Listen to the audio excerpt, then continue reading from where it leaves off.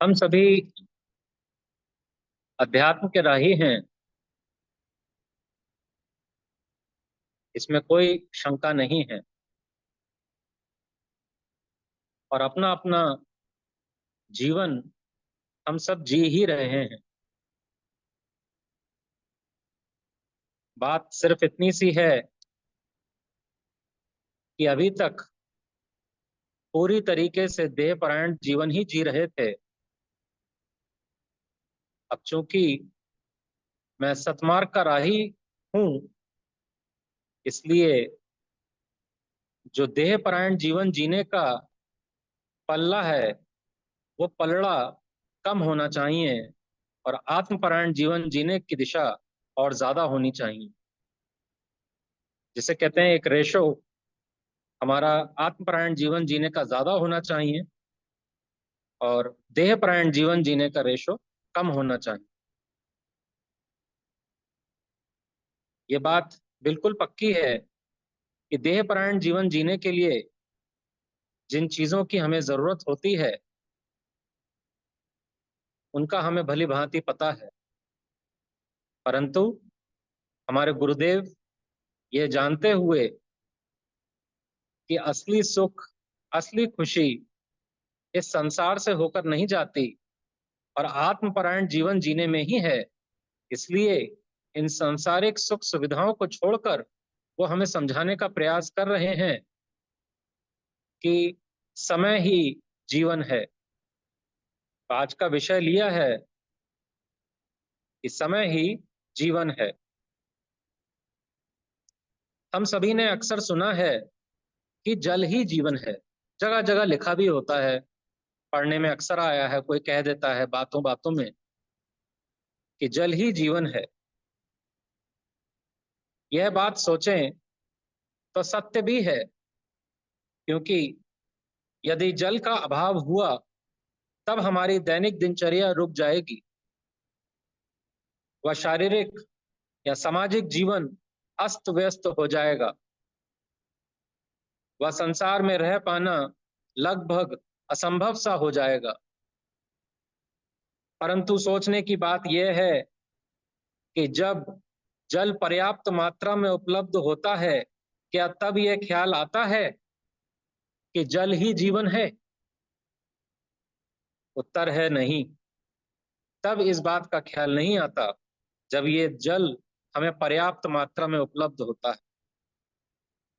तब हमारे पास और जिन चीजों का अभाव होता है वो ही जीवन बन जाती हैं।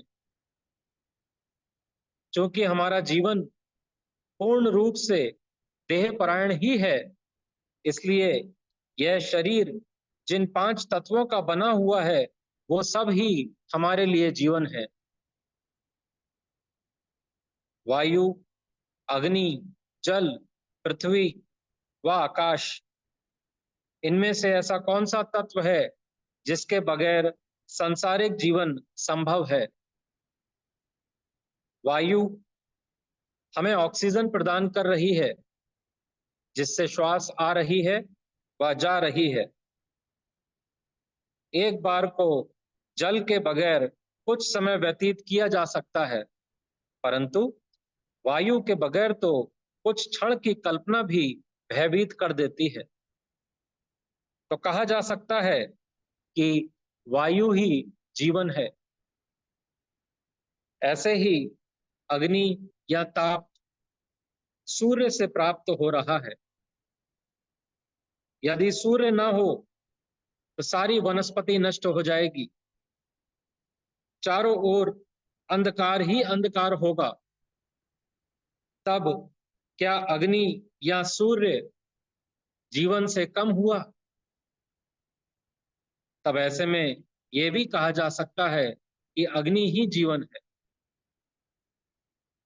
पृथ्वी ने, बात संसारिक 5 तत्वों की हो रही है, पृथ्वी की बात करें तो पृथ्वी ने समस्त भार की जिम्मेदारी ली हुई है। पेड़ पौधे, वनस्पति, सड़कें, हमारे मकान, समस्त संसार व मैं स्वयं बगैर धरती के अपने अपने जीवन की कल्पना नहीं कर सकते। तो इस दृष्टि से धरती भी जीवन स्वरूप ही है। आकाश की बात करें,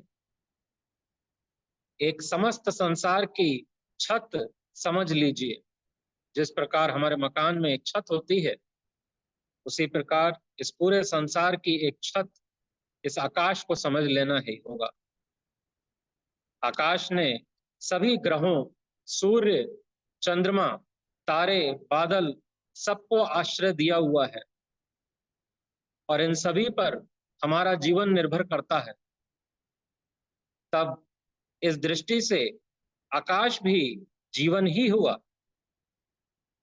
कहने का अर्थ यह है कि देहपरायण जीवन के लिए निश्चित ही यह सभी आवश्यक हैं, परंतु इन सब से ऊपर उठकर महाराज जी हमें समझाने का प्रयास कर रहे हैं, वह सत्य से हमारा परिचय कराते हुए चेतावनी स्वरूप बता रहे हैं कि समय ही जीवन है। इस शरीर में जो ये जीव रह रहा है, जिसका असल में ना तो कोई नाम है, ना ही कोई रूप है, ना कोई रंग है, अनंत समय से बार बार शरीर धारण कर रहा है, वह छोड़ रहा है, माने पुनर्जन्म हो रहा है। एक देह से दूसरी देह में मैं अपने कामनाओं के वशीभूत होकर नए से नए शरीर धारण कर रहा हूं। और इस बात को और पुख्ता करने के लिए भगवान कृष्ण की बात याद रखनी होगी कि भगवान कृष्ण ने अर्जुन से कहा था कि तुम्हारे और मेरे पहले कई जन्म हो चुके हैं। तो स्वयं ईश्वर जब अवतार रूप में, मनुष्य रूप में धरती पर आ रहे हैं, तो मुझे भी ये बात अपने दिमाग में बैठा लेनी चाहिए कि पुनर्जन्म तो होता ही है। और जब बात पुनर्जन्म की दिमाग में बैठ जाएगी, तब सतमार्ग में हमारे चलने की दिशा ही कुछ और होगी। महाराज जी की वाणी से भी यह बात पुख्ता हो रही है कि यह संसार सराय जीव मुसाफिर नीत, मंगत खोज सत शांति औध जात है भी। कह रहे हैं कि जीव मुसाफिर नीत, ये जीव हमेशा से नित्य मुसाफिर ही है। इस शरीर को एक ना एक दिन छोड़ना है। हम स्वयं सोचें कि हमें प्रकृति के पांचों तत्व, जिन पर हमारे शरीर की जीवन क्रिया निर्भर करती है, वो हमें सदा से उपलब्ध ही हैं। पर क्या इनके रहते व समस्त भोगों की उपलब्धता होते हुए क्या हमारा मन सच में प्रसन्न व शांत है? इसका उत्तर हम भले ही किसी और को दे ना दें, हमारी अंतरात्मा जानती है कि आज भी सब कुछ, सारी सुविधाएं होने के बावजूद भी चित्त में वो चैन नहीं है जैसा कि हम चाहते हैं। ये हमें स्वयं के विषय में व औरों के अनुभव से पता है कि हाँ, संसार में वो चैन नहीं मिला अभी तक जिसको पाकर एक ठहराव की स्थिति बन जाए। अभी भी सब कुछ होते हुए एक अनजानी सी प्यास बनी हुई है। वो प्यास किस चीज की है, यह बुद्धि समझ नहीं पाती। प्रेमियों, इसलिए शास्त्रों का अध्ययन व सत्पुरुषों के मार्गदर्शन की आवश्यकता पड़ती है, क्योंकि समस्त पूर्ण संतों के पास किसी प्रकार की भोग सामग्री के अभाव में भी पूर्ण चैन है। जितने भी संत हैं, महात्मा मंगत राम जी को भी देख लीजिए, कौन सी उन्होंने प्रॉपर्टीज बना के रखी थी, कितना रुपया पैसा साथ में रखते थे, कुछ भी नहीं। परंतु कहते थे आनंद की बाढ़ आई हुई।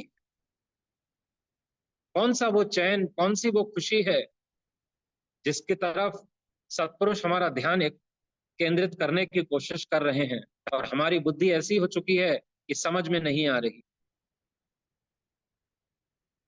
निश्चित ही वो असली खुशी का हमारे पास अभाव ही है। और ऐसा इसलिए भी है क्योंकि भले ही हम सत्संग बरसों से श्रवण कर रहे हैं, परंतु निर्णय नहीं बदला कि संसार दुख रूप ही है। सत वचनों को सुनने के बाद भी हम अपने जी रहे देहपरायण जीवन को और बेहतर बनाने का प्रयास करते रहते हैं। और यदि प्रारब्धवश और वस्तुएं व भोग उपलब्ध हो जाएं, तो उसको ही गुरु कृपा का नाम भी दे देते हैं कि बड़ी गुरु ने कृपा की है।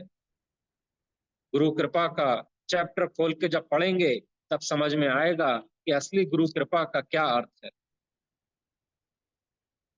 प्रेमियों, इस प्रकार के जीवन से बात ना बनेगी। जाना कहाँ है और किधर चल रहे हैं। जब तक जीवन में सत्संग धारण नहीं किया था, तब तक तो भटक ही रहे थे। परंतु यदि सत्संग सही तरीका से धारण नहीं किया, तो यह भटकन और गहरी हो जाएगी।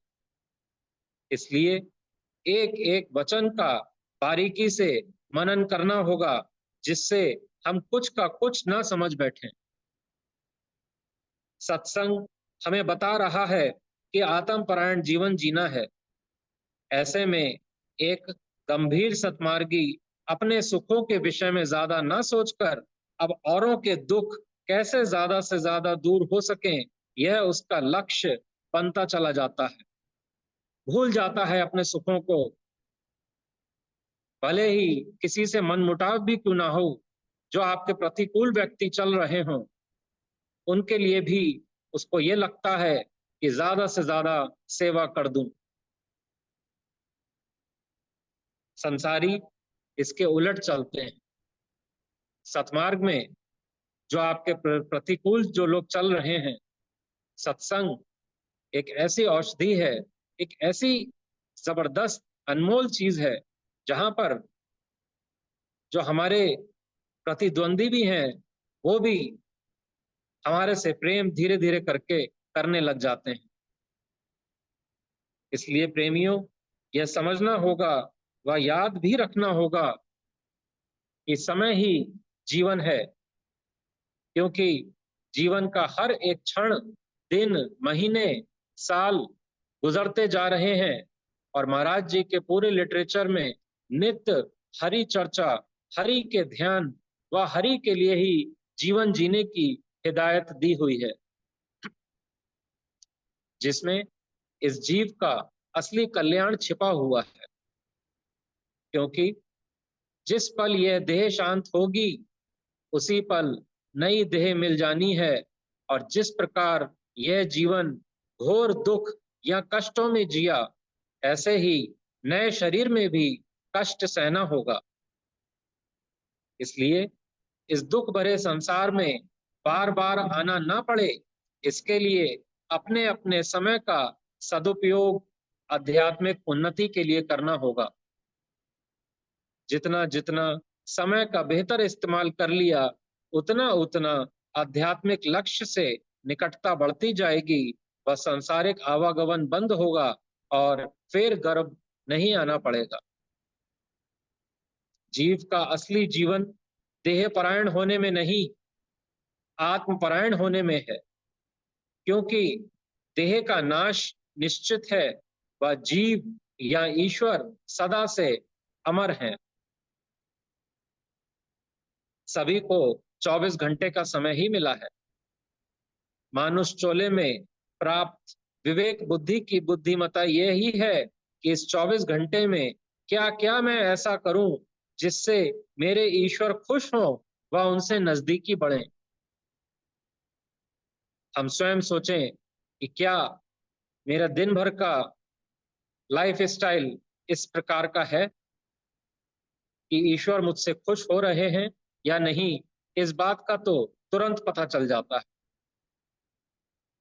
प्रारब्धवश कितनी ही व्यक्ति, वस्तुएं, परिस्थिति हमारे सामने आती हैं, परंतु उन व्यक्ति, वस्तुओं में या परिस्थितियों में हम किस प्रकार रिएक्ट कर रहे हैं ये हमें पता है, या तुरंत ना भी पता चले तो प्रतिक्रिया कर लेने के बाद पता चलता है कि क्या मेरी प्रतिक्रिया सही थी या गलत। अंतरात्मा बता देती है। यदि जवाब ये आ रहा है कि नहीं, मेरी प्रतिक्रिया गलत थी, तो निश्चित ही ईश्वर हमसे खुश ना हुआ होगा।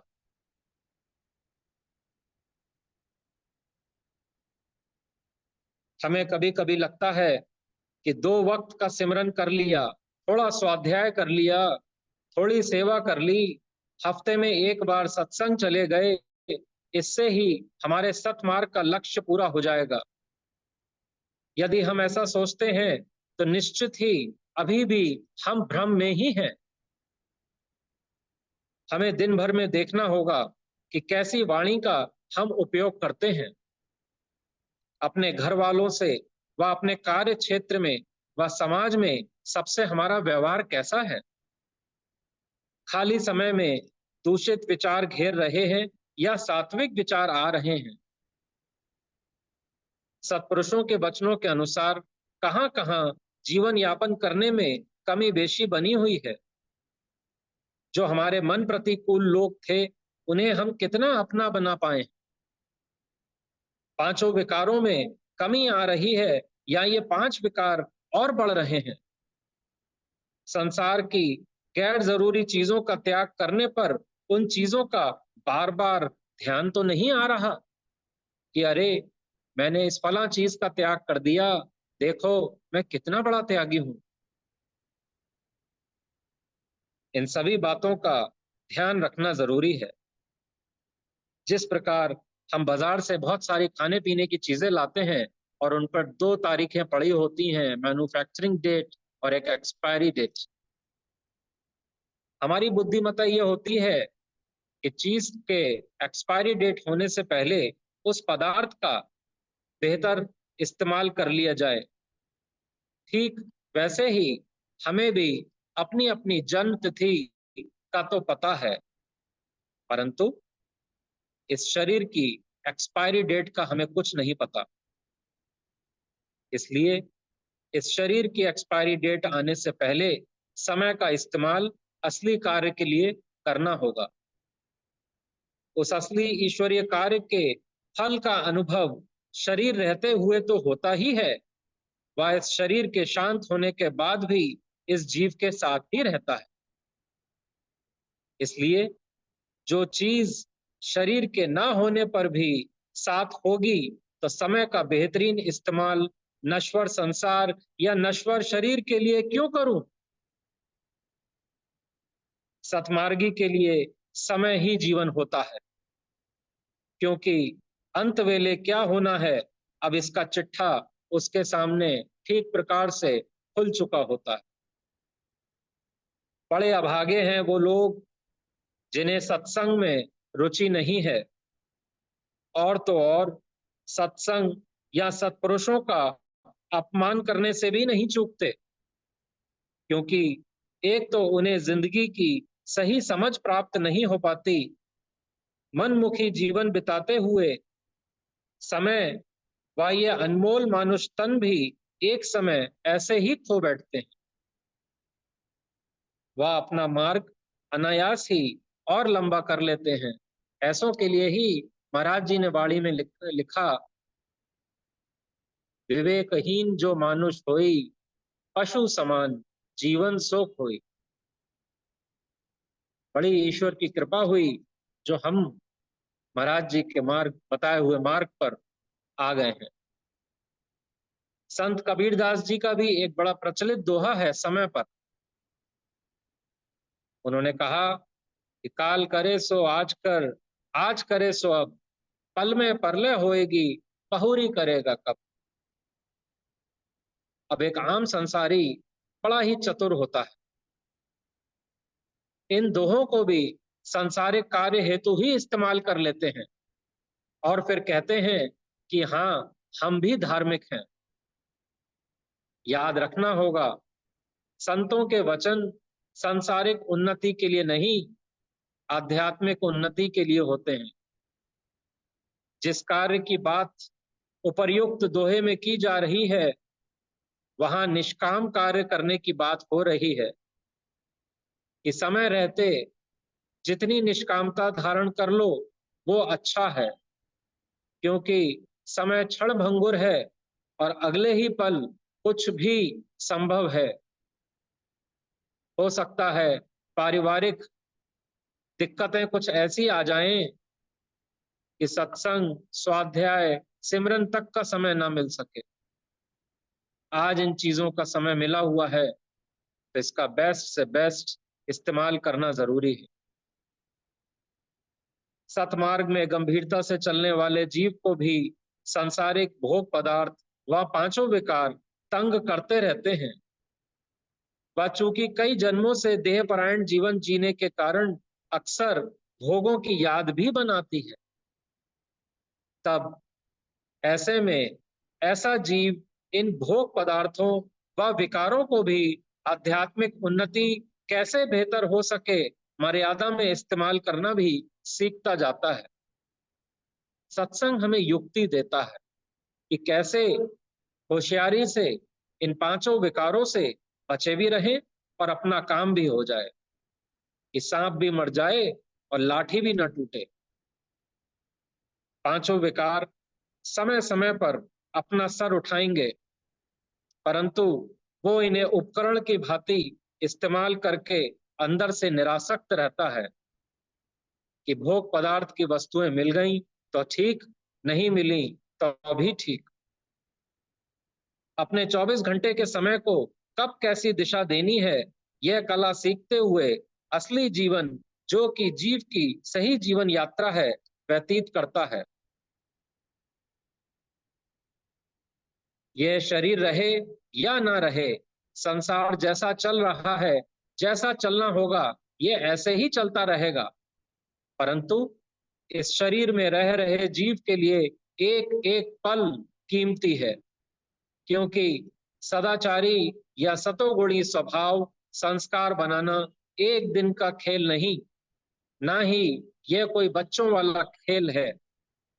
हम सभी ने बचपन से गांधी जी के 3 बंदरों के विषय में भी सुना है कि बुरा मत देखो, बुरा मत बोलो, बुरा मत सुनो। कुछ भी बुरा देखने से, बुरा बोलने से व बुरा सुनने से एक हमारे चित्त पर बुरे संस्कार की छाप पड़ जाती है, और क्रिया के बार बार होने से यह संस्कार गहरे होते जाते हैं, और फिर ये ही जीव का स्वभाव बनता चला जाता है, और फिर जीव स्वभाववश इस शरीर से कर्म करता है जिसका सामने वाले पर प्रभाव पड़ता है। और तब ये निर्णय होता है कि यह जीव रजोगुणी स्वभाव का है या तमोगुणी स्वभाव का है या फिर सात्विक स्वभाव का है। स्थूल या सूक्ष्म रूप दोनों से ही हम सभी वासनाओं के चपेटे में आ चुके हैं। यदि सही अर्थ में अपना अपना भला चाहते हैं तो करने वाले जीवन पर जोर देना होगा। सादगी पर चलना, जीवन में सत्य को धारण करना, सेवा करना, सत्संग आना, सिमरन करना, क्या ये बड़े मुश्किल कार्य हैं? प्रेमियों, यह तो अध्यात्म मार्ग की शुरुआत है। हमें बस करना यह है कि यदि महात्मा मंगत राम जी को हृदय से अपना गुरु माना है, तब उनके बताए हुए मार्ग पर पूरी जिद से चलना होगा। संतों की स्थिति देखी जाए तो वक्त की पाबंदी पर महाराज जी ने बहुत जोर दिया है।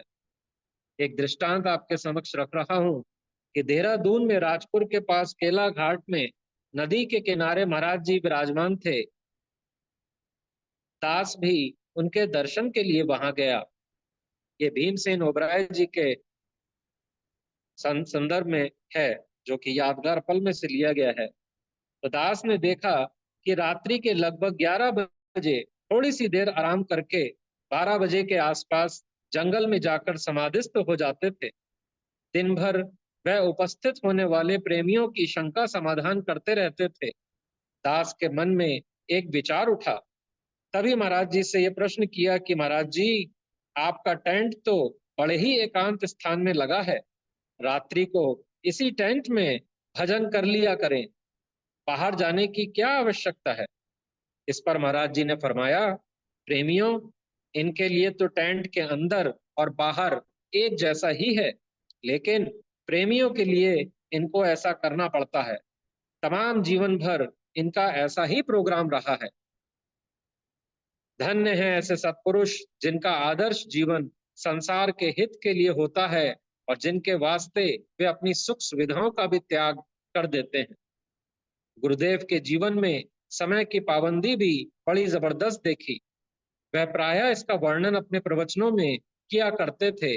उनका कहना था, सांसारिक कार्यों और परमार्थिक कार्यों में समय की पाबंदी परम आवश्यक है।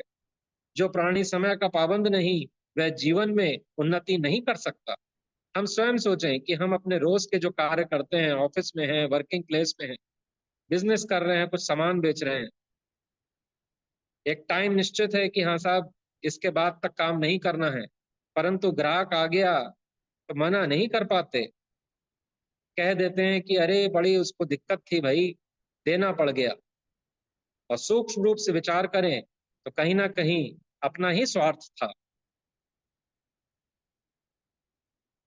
कभी कभी हमें यह लगता है कि सतमार्ग पर गंभीरता से चले व त्याग का मार्ग अपनाया, तब संसारी लोग क्या कहेंगे, व यदि वो कुछ ना भी कहें तो संसार के कार्य कैसे होंगे। इसका उत्तर यह है कि कार्य संसारिक तो जब तक देह है हमें करने ही हैं। सिर्फ अपना भाव बदलना है। कार्य करते वक्त यह याद रखना है कि कर्ता व हर्ता वो ईश्वर ही है। इससे मन की हलचल कम होती जाती है। सिर्फ संसार से अपनी आसक्ति खत्म करनी है। कोई हमें घर नहीं छोड़ना है, कोई भगवा वस्त्र धारण करके जंगलों में जाके तप नहीं करना है। जितना अच्छा एक पारिवारिक व्यक्ति सतमार्ग की राह पर चल सकता है, उतना जंगलों में तप करने से भी सफलता नहीं मिलती। सुबह उठकर व्यायाम करेंगे तो इसलिए नहीं कि मेरी देह और आकर्षक हो जाएगी व लोग मेरी तारीफ करेंगे, बल्कि व्यायाम इसलिए कि शरीर स्वस्थ होगा तो सेवा कार्य ज्यादा हो सकेंगे। भोजन करेंगे तो इस वास्ते नहीं कि बढ़िया से बढ़िया होटल में जाकर महंगा भोजन व अपने स्वाद के लिए करूं, बल्कि भोजन ऐसा जो जल्दी पच जाए व उसकी ऊर्जा लंबी समय बनी रहे, जिससे स्वार्थ कार्य और परमार्थ कार्य सहजता से हो जाए। ऐसे ही वस्त्र व मकान में भी सादगी होनी चाहिए। कम खर्च में काम चल जाता है। माने कहने का अर्थ यह है कि सांसारिक सभी कार्यों को करना है, परंतु ईश्वरीय मार्ग कैसे जल्दी जल्दी पूरा होता जाए, इस प्रकार जीना है। एक मन में एक बेचैनी हो जानी चाहिए कि समय मेरे जीवन का जा रहा है। ऐसा तो नहीं कि आज का दिन मैंने वेस्ट कर दिया हो। जब जीवन सादगी में होगा तब ज्यादा समय बचेगा व असली कार्य, असली खुशी के कार्य को ज्यादा समय दे पाएंगे। अंत में अपनी वाणी को विराम देते हुए ये कहना चाहूंगा कि पूरे दिन भर में किस प्रकार समय का उपयोग कर रहे हैं, यह हमें पता है। इसमें या तो आध्यात्मिक उन्नति हो रही है या फिर विकारों की उन्नति हो रही है। निश्चित ही हमारा जीवन सब कुछ जानते हुए भी अभी भी ऐसा है जिसमें विकारों की बढ़ोतरी ज्यादा हो रही है। प्रेमियों, हम सभी के पास जो भी समय बचा है वो अपने आध्यात्मिक लक्ष्य के लिए जिस प्रकार की हमारी जीवन शैली है, पर्याप्त नहीं है। 24 घंटे के हर पल को आध्यात्मिक उन्नति के लिए इस्तेमाल करने के लिए बड़ी दृढ़ता चाहिए। जैसे कि तमाम सत्पुरुषों का जीवन था।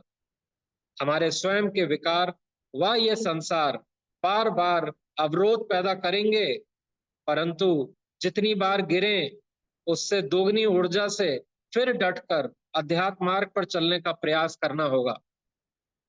अपने अपने स्वाध्याय, मनन प्रक्रिया व सिमरन पर समय का बेहतरीन उपयोग करते हुए इस मानुष चोले से अपने आध्यात्मिक लक्ष्य को समय रहते पूरा करने का दृढ़ प्रयास करें, क्योंकि समय ही जीवन है। ओम ब्रह्म सत्यम सर्वम।